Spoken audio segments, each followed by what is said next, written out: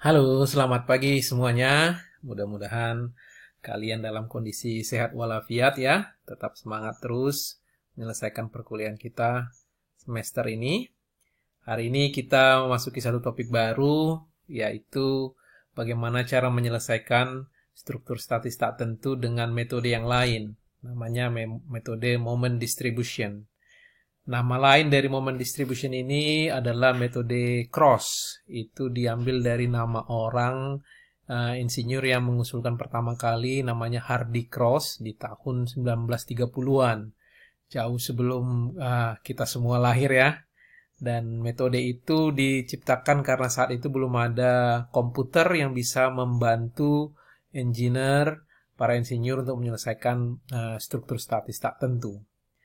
Nah, metode yang sebelum ini yang kita pelajari itu namanya metode flexibility method atau force method.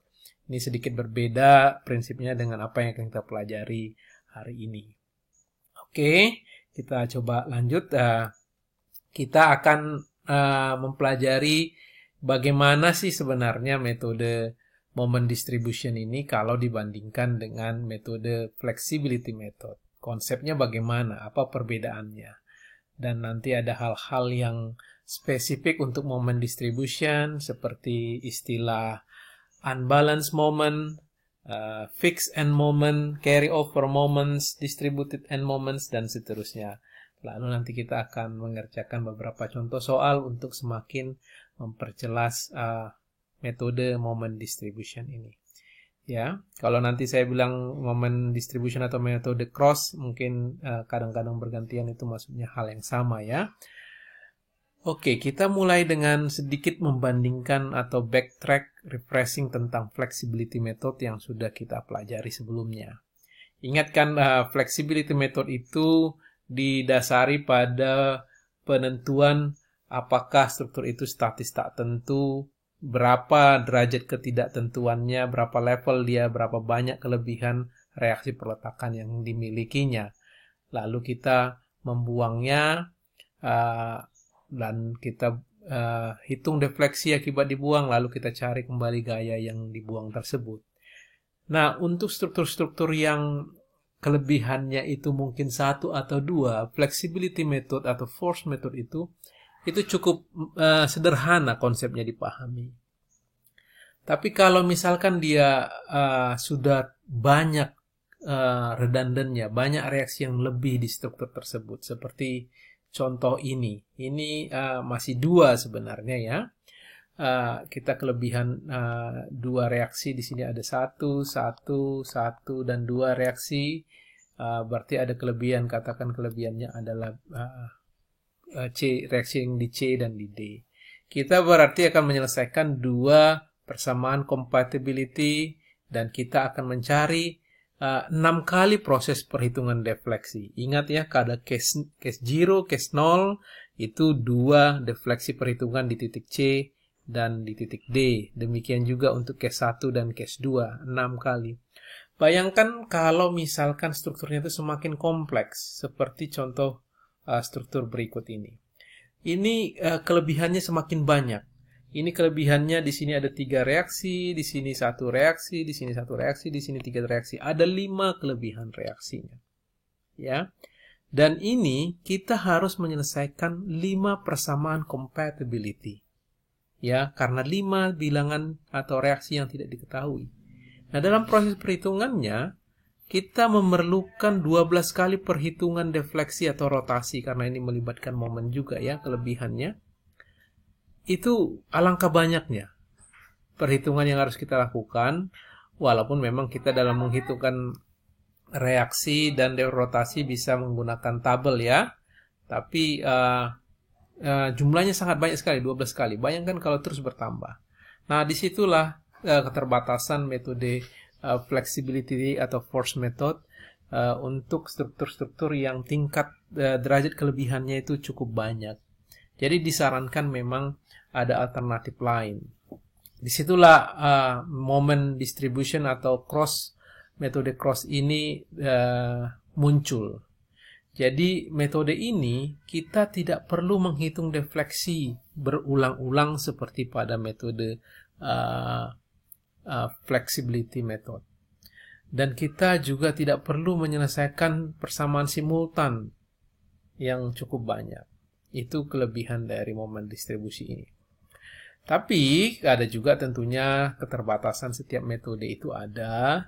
Metode moment distribution ini tidak bisa diterapkan pada rangka batang. Ya, ini hanya diterapkan pada balok dan frame saja. Ya, itu batasannya. Sementara kalau kemarin metode flexibility method kita bisa juga terapkan untuk rangka batang, ya. Dan ini metode moment distribution ini kalau tidak jeli-jeli bisa juga membingungkan, langkah-langkahnya tidak langsung jelas gitu, seperti di flexibility method. Pertama ini, kedua ini, ketiga ini. Ada nanti tahap-tahapan di metode moment distribution itu yang langkahnya kadang jadi seperti berputar, ya. Jadi itu yang perlu dipahami dari situ. Oke, nah gimana dia proses moment distribution itu dikerjakan? Jadi katakan seperti ini, ada sebuah struktur yang kita dua bentangan, balok, dan biasanya memang ini banyak contoh-contohnya untuk balok. Di sini kita perletakan A itu adalah perletakan jepit, ya. Demikian juga yang C ini adalah perletakan jepit. Dan B ini sendi, ya. Roll maksud saya. Lalu kemudian ada beban P yang bekerja di segmen AB. Kita udah namakan dia ABC. Masing-masing punya panjang tertentu, nggak selalu harus sama panjangnya. Lalu akibat beban tersebut, tentunya perletakan di A dan perletakan di C itu tidak akan mengalami rotasi, ya, dan perpindahan karena dia jepit, ya. Namun, kalau kita bayangkan yang terjadi titik B itu selain dia bergerak sedikit ke kanan atau ke kiri, dia juga berotasi, ya. Jadi di sini seperti ini defleksinya. Ya, dia itu berotasi, dia tidak diam saja. Dia untuk merespon beban P tersebut berotasi di titik B tersebut. Nah, kalau kita lihat, kita ambil satu potongan kecil di daerah B ini, kecil saja satu segmen, itu yang terjadi kira-kira seperti gambar di sebelah kanan ini. Ya, ada reaksi perletakan. Terus tentunya di dalamnya itu ada geser di sebelah kiri ataupun sebelah kanan, ataupun momen yang sebelah kiri ataupun di momen sebelah kanan dan sebelah kiri ketika dia berotasi tadi. Akibat rotasi ini akan muncul gaya dalam geser dan momen. Ngomong-ngomong, dalam penamaan momen dan gesernya untuk moment distribution ini berdasarkan segmen balok tersebut. Misalkan yang sebelah kanan ini itu titik B ke titik C, jadi sehingga dinamakan MBC, ya. Demikian juga geser itu BC. Kalau ini BA dari titik tersebut ke sebelahnya, ya. Nah, oke, itu udah mudah-mudahan bisa dipahami. Itu yang terjadi kenyataannya. Nah, moment distribution metodenya adalah kita membuat titik tersebut seolah-olah menjadi jepit, yaitu titik B. Semua yang belum jadi perletakan jepit dijadikan terjepit, seperti terlihat di sini. Diklem dia, diikat, ya, atau dijepit. Jadi seolah-olah ini perletakan B ini bukan lagi roll, ya, jepit. Sama seperti yang di C sudah jepit dan di A sudah jepit. Kalau A udah jepit dan C udah jepit, ya udah. Tapi semua yang bukan jepit akan kita jadikan perletakan jepit, sehingga defleksi di B itu akan mati, ya, tadinya atau rotasi di B itu akan jadi 0, tidak lagi delta theta B seperti ini, tapi dia akan seperti jepit. Jadi ini kan seolah-olah rotasi di B jadi 0, ya, karena dia jepit. Nah, rotasinya atau defleksinya kan seperti begini akibat beban P tersebut. Sementara yang ini akan diam saja. ya kan? Karena tidak ada beban di situ, dan karena B juga terjepit, tidak akan berpengaruh ke segmen BC-nya. Nah, lantas mungkin kalian berpikir, lah kenapa digitukan, bukannya semakin membuat strukturnya semakin tinggi derajat ketidaktentuannya? Ya, itu benar pemikiran seperti begitu. Memang iya. Tapi ada satu pemahaman di analisa struktur, seperti saya kemarin memperlihatkan perhitungan defleksi sebuah struktur-struktur sederhana, itu ada tabel-tabel yang sudah bisa kita pelajarin dan mempercepat membantu pekerjaan kita. Ada juga tabel yang namanya tabel fix and moments.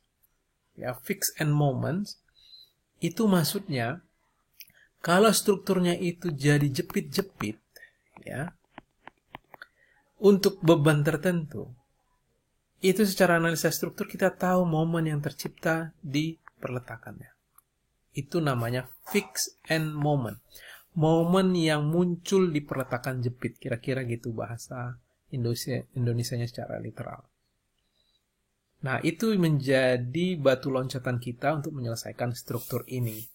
Jadi, fix and moment itu untuk jenis-jenis struktur tertentu sudah ada informasinya. Dan ini yang tadi ya, yang tadinya dia berputar, jadi dia diam. Ya, ini bentuk strukturnya, bentuk rotasi di titik B tersebut yang tidak terlihat apa-apa karena sudah ada klemnya tadi. Ya, dan tabel yang saya bilang tadi, fix and moment itu sudah banyak diberikan di buku-buku analisa struktur yang beredar. Di textbook yang kita punya juga ada informasinya. Nah, cara membacanya ini bagaimana? Ya, jadi kalau ada sebuah struktur sederhana, balok sederhana, ujung-ujungnya itu terjepit, ya, itu tandanya semua. Kalau dia bebannya di tengah bentang, itu momennya itu di kiri kanannya itu PL/8. Ngomong-ngomong, positif selalu kita asumsikan adalah searah jarum jam, yang negatif itu berlawanan dengan arah jarum jam. Itu mohon diingat ya, ini yang selalu kita terapkan di dalam perhitungan kita. Nah, kalau misalkan beban terpusatnya itu ada jarak tertentu dari satu sisi A misalkan dan sisanya B, maka momen di ujung tersebut ya, menggunakan persamaan ini. Dan seterusnya beberapa pola-pola ini, dua beban terpusat dengan jarak yang sama dari pinggir, beban merata mungkin yang sering juga kita temui, beban setengah bentang mengisi balok tersebut, ada juga perhitungannya. Ini angka-angka ini sudah diformulasikan terlebih dahulu oleh para insinyur sebelumnya untuk kita bisa gunakan. Jadi ini namanya fix and moment ya, untuk beban-beban yang sangat kompleks juga, beban segitiga satu begini atau segitiga ada puncaknya, dua segitiga. Kalau terjadi rotasi semuanya sudah ada informasinya. Nah, inilah alasannya kenapa yang tadinya bukan perletakan jepit dijadikan perletakan jepit, karena ada satu langkah atau stepping stone yang bisa jadi injakan kita untuk mengerjakan persoalan struktur statis tak tentu dengan metode cross atau moment distribution. Jadi intinya kita membuat sistemnya itu jadi jepit. Nah, akibat kita tambah yang momen tadi, kita tambah di titik B tadi yang sudah kita jadikan jepit, itu akan muncul namanya unbalanced moment. Ini beberapa istilah tadi ya. Tadi fix and moment sudah. Unbalanced moment yang tadinya titik B ini tidak memiliki moment jepit, tapi kita tambahkan sehingga dia tidak balance lagi. Itu namanya unbalanced moment. Ya, unbalanced moment ini sama dengan fix and moment yang ditambahkan kepada titik yang bukan jepit tadi. Oke. Nanti selanjutnya setelah klem tersebut dibuka, unbalanced moment tersebut